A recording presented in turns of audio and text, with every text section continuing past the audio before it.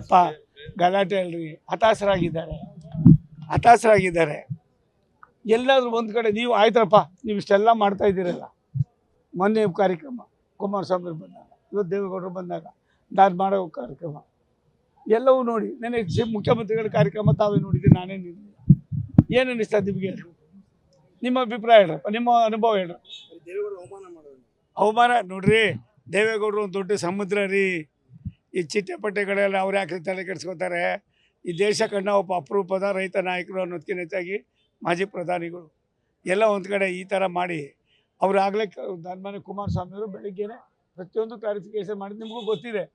ಯಾರೋ 2 ಮಕ್ಕಳು ಕಳಿಸ್ಬಿಟ್ಟು ಅವ್ರಿಗೇನಂದರೆ ಏನಾದ್ರು ಒಂದಾಗಲಿ ನ್ಯೂಸೆನ್ಸು, ಅದಕ್ಕೆ ತಕ್ಕಂತೆ ನೀವು ಏನು ಮಾಡ್ತೀರಿ? ನಮ್ಮನ್ನು ಬಿಡ್ತೀರಾ? ಅಲ್ಲಿ ನೋಡೋಯ್ತೀರಿ ಎಲ್ಲ ಒಂದು ಕಡೆ ನಿಮಗೂ ಬೇಕಲ್ಲ ಅದು ಮುದ್ದೆ. ನೋಡಿ, ಅವ್ರಿಗೆ ಡೈವರ್ಟ್ ಆಗಬೇಕು. ನೀವೇನು ಮಾಡ್ತೀರಿ? ಇವಾಗ ಇಷ್ಟೆಲ್ಲ ಮಾಡ್ಕೊಂಡು ಹೋಗಿದ್ದೀರಿ, ಅದನ್ನು ಒಂಚೂರು ತೋರಿಸ್ತೀರಿ, ಇದನ್ನು ಪೂರ್ತಿ ತೋರಿಸ್ತೀರಿ. ನಾನು ಹೇಳ್ತೀನಲ್ಲಣ್ಣ, ಇಷ್ಟೇ.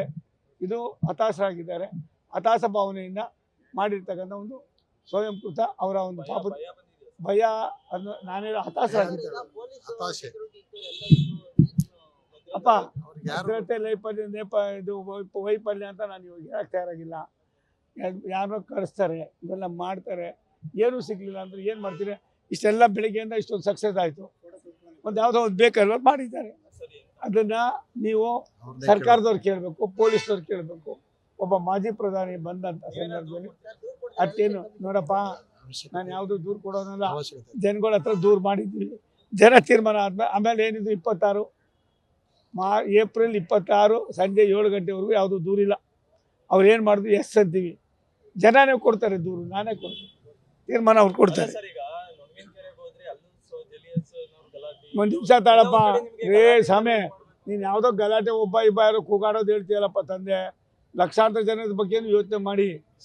ಎರಿ ಹ್ಯೂಮನ್ ಎಲ್ಲವೆಲ್ಲ ಇರ್ತಕ್ಕಂಥದ್ದು ರಾಜಕೀಯದಲ್ಲಿ. ನಾನು 50 ವರ್ಷ ಇದೇ ಮಣ್ಣು ಹೊತ್ಕೊಂಡು ಬಂದಿದ್ದೀನಿ, ಸಾಕಷ್ಟು ನೋಡಿದ್ದೀನಿ. ಒಂದು ಕಾಲದಲ್ಲಿ ಎಮರ್ಜೆನ್ಸಿಯಲ್ಲಿ ಗೂಸಾನು ತಿಂದಿದ್ದೀವಿ ನಾವೆಲ್ಲ. ಹಂಗಾಗಿ ನಾನು ಹೊಸಬ ಏನಲ್ಲಪ್ಪ, ಇವೆಲ್ಲ ಹಳಬದು. ಬಟ್ ಅವತ್ತೆಲ್ಲ ಇವೆಲ್ಲ ಇರಲಿಲ್ಲ. ನ್ಯೂಸ್ ಫಸ್ಟ್, ನಿರ್ಭೀತಿಯಿಂದ ನಿಮ್ಮ ಪರವಾಗಿ.